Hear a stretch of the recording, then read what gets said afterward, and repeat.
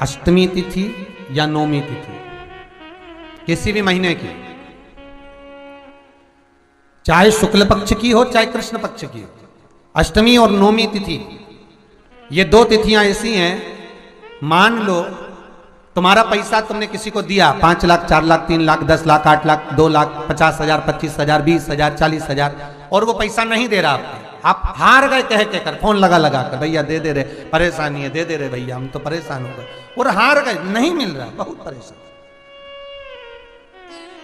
तो महाराज किसी भी अष्टमी या नौमी तिथि के दिन आप मां जगतजननी जगदम्बा का शिव के साथ में शिव शक्ति का स्मरण कर कर देवी के नाम की 9 आहुतियां सूखे बीले की, मतलब बीला जो सूख चुका है, फल जो सूख चुका है, उसकी 9 आहुतियां अग्नि में शंकर और सती के नाम से, शंकर और शिव के नाम से समर्पित करें, और आखिरी आहुति जो समर्पित करें उसमें थोड़ा सा भाग तिल का, और तिल भी काली नहीं चढ़ती उसमें, श्वेत तिल का भाग उसके साथ लगाकर समर्पित करें, और जिससे धन लेना है उसका नाम लेकर वो समर्पित करें महाराज, उसको सुध आएगी और वो पैसा किसी भी हाल में आपके हाथ में थमाकर जाएगा ही, ये पक्का है। उसकी आहुतियां, हे जगतजननी हे जगदम्बा, तेरा नेत्र बिंदु से जो प्रकट हुआ वृक्ष है बेलपत्र का, उस वृक्ष की एक एक जड़ हो, टहनी हो, डाली हो, फल हो, शूल हो, वो सब मुझे अंगीकार है, मुझे स्वीकार। पंच पुष्प में से एक पुष्प पारिजात का फूल, जिसको हार श्रृंगार का फूल भी कहते हैं, जिसको शिडली का फूल भी कहते हैं, पारिजात, हार श्रृंगार। मैं निवेदन करूंगा आस्था चैनल से कि पारिजात का जो पुष्प है उसका दर्शन भी आप सभी श्रोता भाई बहनों को टीवी के माध्यम से कराते जाए। जितने लोग टीवी पर कथा सुन रहे हैं, जितने लोग फेसबुक यूट्यूब पर कथा सुन रहे हैं, वो भी इस पारिजात के फूल का दर्शन अवश्य करें। और एलईडियां लगी हुई हैं, उन पर भी आप आराम से पारिजात के फूल का दर्शन कर सकते हैं। पारिजात का पुष्प, हार श्रृंगार का फूल, ऊपर से सफेद, नीचे जो उसकी डंडी होती है वो थोड़ी नारंगी होती है, संतरे की कलर की होती है, नारंगी कलर। महाराज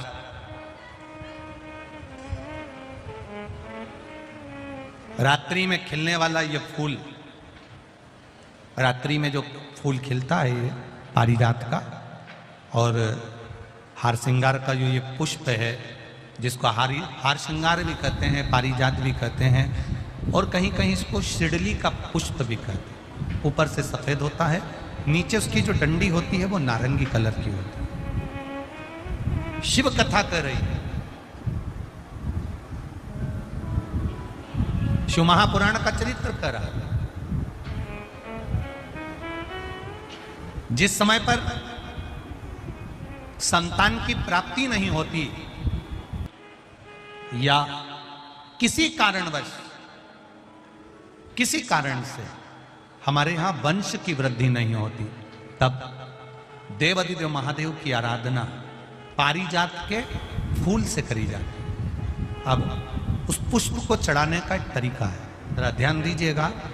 पंचपुष्प शिव महापुराण की कथा आप लोग सुनने के लिए बैठे हो, बड़ी आस लगा कर बैठे हो, उसको समझिए। पारिजात का जो फूल शिव जी को चढ़ता है, भगवान देवाधिदेव महादेव को चढ़ता है, जैसे ये शिवलिंग है, मान लो ये शंकर भगवान का शिवलिंग है, ये जलाधारी है, ये जल नीचे गिरने का स्थान। आप लोगों ने पहले कथा सुनी है ना सबने, आपको सबको मालूम होगा। राइट में गणेश जी का स्थान, लेफ्ट में कार्तिकेय का स्थान, बीच में अशोक सुंदरी की जगह। जहां पर यह शिवलिंग रखा है वो माता पार्वती जी का हस्त कमल, शिवलिंग के रूप में, शंकर भगवान के रूप में यह शिवलिंग है। ऊपर से जो एक एक बूंद जलाधारी नीचे गिरती है वो शंकर भगवान की 5 लड़कियां, जया, विषहरा, शामली बारी, दौतली और देव, ये शंकर जी की 5 बेटियां।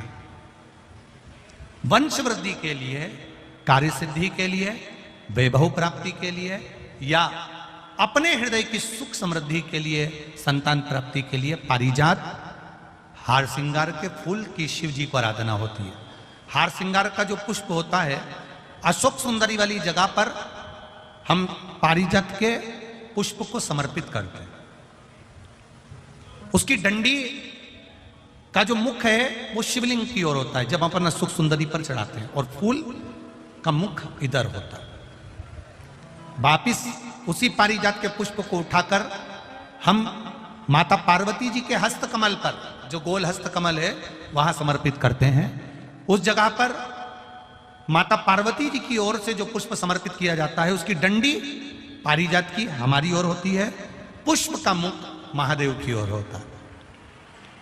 तीसरी जगह जब हम पारिजात के पुष्प को अशोक सुंदरी पे से उठाकर जगत जननी के हस्त कमल पर रखते हैं, हस्त कमल पे से उठाकर देवादिदेव महादेव के शिवलिंग पर रखते हैं, उस समय पर पारिजात के पुष्प की डंडी शिवलिंग के ऊपर होती है और फूल का मुख अपनी ओर होता है। इस जगह पर पारिजात के पुष्प की डंडी के केसर से ही महादेव को त्रिपुंड लगाया जाता है और महादेव से प्रार्थना करी जाती है। अब पारिजात के फूल का केसर कैसे बनाना है वो भी एक बार आप लोग अच्छे से समझे। जैसे मान लो अभी पारिजात का तो फूल यहाँ पर नहीं है, पर आप टीवी पर दर्शन कर रहे होंगे। पारिजात पुष्प की जो पीछे की डंडी होती है, फूल सफेद और पीछे जो डंडी होती है नारंगी कलर की, केसरिया कलर की, उसको तोड़ लिया जाता है। तोड़कर ऐसी 25-50 फूल की पीछे की डंडी को तोड़कर उसको रख दिया जाता है। उसको धूप में नहीं सुखाते, केवल घर में उसको एक कटोरी में या थाली में रख दो, वो धीरे धीरे सूख जाएगा। सूखने के बाद उसको पीस लो, पीस कर उसका चंदन तैयार हो जाएगा पारिजात फूल की उस डंडी का। और जिस समय वंश के लिए, सिद्धि के लिए, कार्य सिद्धि के लिए या वैभव प्राप्ति के लिए हम पारिजात का पुष्प देवादिदेव महादेव को समर्पित करते हैं, उस समय इसी को पानी में घोलकर देवादिदेव महादेव को जब आप लगाएंगे तो जैसे केसर घुलती है, केसर का जैसे कलर होता है, केसर जैसी सुगंध करती है, वैसे की वैसे ही ये पारिजात की जो डंडी आप लोगों ने सुखाई है, वही डंडी का जो चंदन बनाया है, शिव जी को लेपन करा है, उस समय पर अपने हृदय की बात आपने जो देवादिदेव महादेव को कही है, बस वही सुगंध हमारे जीवन में आना प्रारंभ हो जाती है। वो पारिजात हार श्रृंगार श्रंभेश्वर महादेव जो नाम है,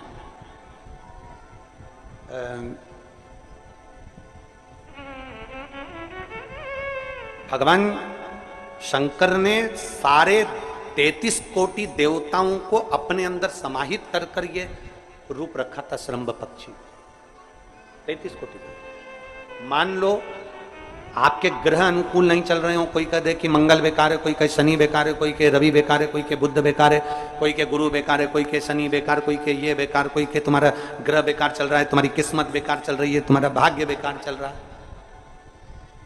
तो पहले तो जो तुमसे कह दे कि तेरा भाग्य बेकार चल रहा है, उसके चरण छू के उसको प्रणाम करके वापिस आ जाओ। क्यों? जिसने पृथ्वी पर जन्म दिया, जिसने नेत्र दिए, मुख दिया, हाथ दिए, पांव दिए, पूरा शरीर दिया, सारी इंद्रियां दी, रहने को घर दिया, खाने को अन्न दिया, अगर कोई तुमसे कहे कि तेरा भाग्य बेकार चल रहा है, तो पहले तो उसको प्रणाम कर कर वापिस आ जाओ। एक शब्द में मत सुनो, वापिस आ जाओ। क्योंकि दुनिया में आप सबसे ज्यादा भाग्यशाली हो जो भगवान ने आपको पृथ्वी पर पैदा करा। कुत्ता बना के पैदा नहीं करा, जानवर बनाकर पैदा नहीं करा, झिंगुर और कीट पतंगा बनाकर पैदा नहीं करा, सड़ते हुए कुत्ते के शरीर में इल्ली पड़ जाती है वो बनाकर पैदा नहीं करा, कीड़ा चूहा बनाकर पैदा नहीं करा। मेरे भगवान ने तुम्हें मनुष्य बनाकर पैदा करा है। जितने पृथ्वी पर मानव पैदा होते हैं ये अपने आप में भाग्यशाली होते हैं, कोई अभागा पैदा नहीं होता। कोई तुमसे कह दे तेरा भाग्य बेकार चल रहा है, तेरी किस्मत बेकार चल रही है, उसके पांव पड़ो, वहां से निकल लो, अपनी पत्रिका लपेटो और वापिस आ जाओ जन्म पत्रिका लेकर। भाग्य तुम्हारा बेकार नहीं है, तुम्हारी किस्मत बेकार नहीं है। भाग्य उसका बेकार है जो तुमको कह रहा है कि तुम भाग्यशाली नहीं हो, तुम किस्मत वाले नहीं।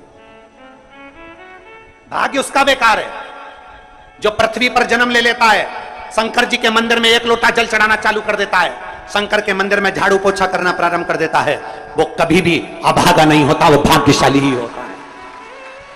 वो अभागा नहीं है, वो भाग्यशाली है। और जितने पृथ्वी पर मनुष्य जन्म है, चाहे वो छोटे से छोटा, बड़े से बड़ा, आपका हाथ पैर शरीर सब भगवान ने दिया है, आपको करोड़पति बनाकर पैदा करा है, फिर भी आप अपने आप को अगर अभागा समझते हो तो आपके ऊपर है। किस्मत वाले हो, करोड़पति बनाकर भेजा है।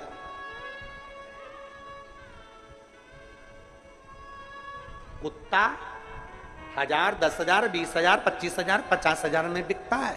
तुम्हें तो भगवान ने 2-2 किडनी दिए, अभी बेचिए 20-20 लाख में, यूं बिक जाएगी। भगवान ने नेत्र दिए 50-50 लाख में, अभी बिक जाए 5 लाख में।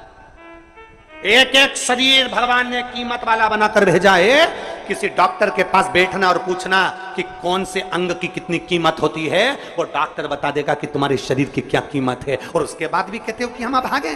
बताने वाला कह देता कि तुम भाग्यहीन हो, तुम भाग्यशाली नहीं हो, तुम किस्मत वाले नहीं हो। वहां से पत्रिका उठा चल दो, कहते मेरे बाबा ने मुझे भाग्यशाली बनाकर भेजा है। और अपने हाथ में वो बल होता है कि आप स्वयं इतनी मेहनत कर कर आगे बढ़ सकते हो कि अपने आप किस्मत वाले बन सकते हो।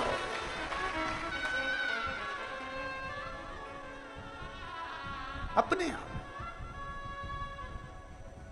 और हम तो बाबा चलते हैं। आप स्वयं भाग्यशाली हैं, आप स्वयं किस्मत वाले हैं। कोई कैसे कहते तुमको कि तुम अभागे हो? ना ना, हमारे बराबर भाग्य नहीं है किसी का। तुम्हारी ग्रह खराब है, तुम्हारे ग्रह खराब है। शंभेश्वर महादेव का नाम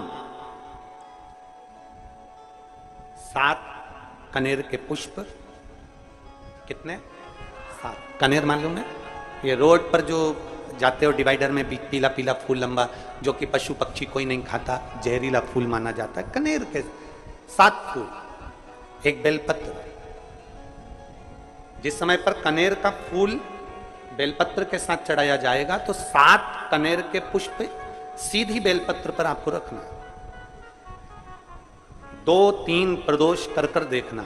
अगर कोई आपसे कहे कि आपका भाग्य ठीक नहीं चल रहा, आपकी किस्मत ठीक नहीं चल रही, आपके ग्रह ठीक नहीं चल रहा है, आप भाग्यशाली नहीं हो, पहले तुम वहां से उठ जाओ। उसके बाद में देवाधिदेव महादेव के पास 7 कनेर के पुष्प एक बेलपत्र में रखकर नंदीश्वर के पास में बैठकर श्री शिवाय नमस्तुभ्यम बोलकर अशोक सुंदरी वाली जगह पर स्पर्श कराकर भगवान शंकर पर 7 फूल के साथ बेलपत्री की डंडी अशोक सुंदरी की साइड हो, ऐसा स्मरण करते हुए शिव को समर्पित कर दे।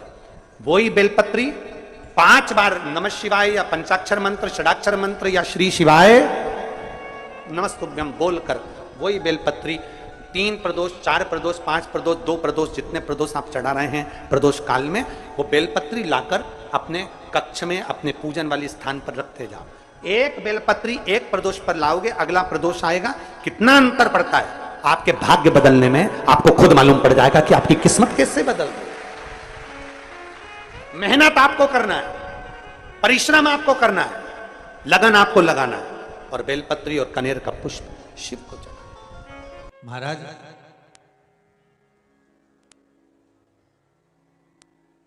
गुलाब का फूल कांटों के साथ रहता है। बोलो सही है कि गलत है? आवाज नहीं आ रही जब तुम के तो बोलो सही है। गुलाब का फूल कांटों के साथ रहता है। कांटे गुलाब के फूल के ऊपर होते हैं कि नीचे होते हैं? अरे जम के तो बोलो जरा। नीचे। कांटे कहां पर है? गुलाब के फूल के नीचे। गुलाब के फूल के ऊपर कांटे नहीं, कांटे नीचे हैं। पर कभी गुलाब के फूल ने यह विचार करा कि कांटे नीचे हैं तो एक बार मैं उनको झांक कर देखते हैं। कभी गुलाब ने यह विचार करा कि कांटे नीचे की ओर हैं, मैं उनको जरा झांक कर देखता हूं कि कांटे मुझसे क्या कर रहे हैं, कांटे क्या विचार कर रहे हैं, कांटे का क्या मन है। तो ये विचार कांटों का कभी आपने विचार किया? गुलाब ऊपर है, कांटे नीचे हैं, और कांटे नीचे ये विचार करे गुलाब का फूल कि ये कांटे नीचे हैं तो मेरे को ये चुभ रहा है कि नहीं चुभ रहा है, मैं इनको ध्यान दूं कि नहीं दूं, करूं कि नहीं करूं, क्या बोलूं इनको। तो गुलाब ने ये विचार नहीं करा, गुलाब तो और आगे की ओर बढ़ता गया बढ़ता गया बढ़ता गया बढ़ता गया, और कांटे नीचे की नीचे रह गए। गुलाब आगे बढ़कर टूट कर मेरे भोलेनाथ जी के चरणों में चला गया। गुलाब टूटा और शिव के चरणारविंद में, गुलाब टूटकर भगवान शंकर के चरणारविंद में पहुंच जाता। उस गुलाब को कोई मतलब नहीं कि कांटे क्या कह रहे हैं, कांटों का क्या भाव है, कांटों का क्या क्रम है, कांटों की क्या परिभाषा है, उसको मतलब उसको तो केवल एक मंजिल तक पहुंचना है। और एक आपसे भी निवेदन है,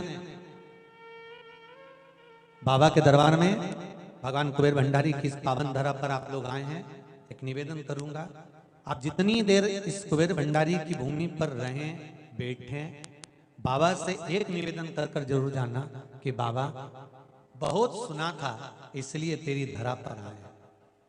और ईमानदारी की बात कहूं, 3 दिन पहले से लोग इस पंडाल में जगह संभाल कर रात दिन जाग कर बैठे। 3 दिन हो गए। कितने दिन हो गए? 3 दिन पहले से लोग जगह संभाल कर और धूप क्या तपन क्या, कुछ अभी भी कितने लोग धूप में बैठे हुए हैं, कोई रोड पर बैठा हुआ है, कोई कहीं बैठा, कोई छज्जे में बैठा है, कोई सीढ़ियों पर बैठा हुआ है। कितना कितना त्याग है, कितनी तपन है।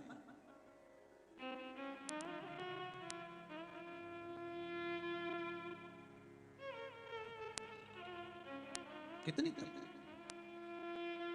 और वो महाराज तेरे डमरू की धुन सुन के मैं सीहोर नगर में आई हूँ, मेरे भोले ओ बम भोले मैं सीहोर नगर में आई हूँ। सुना है हमने ओ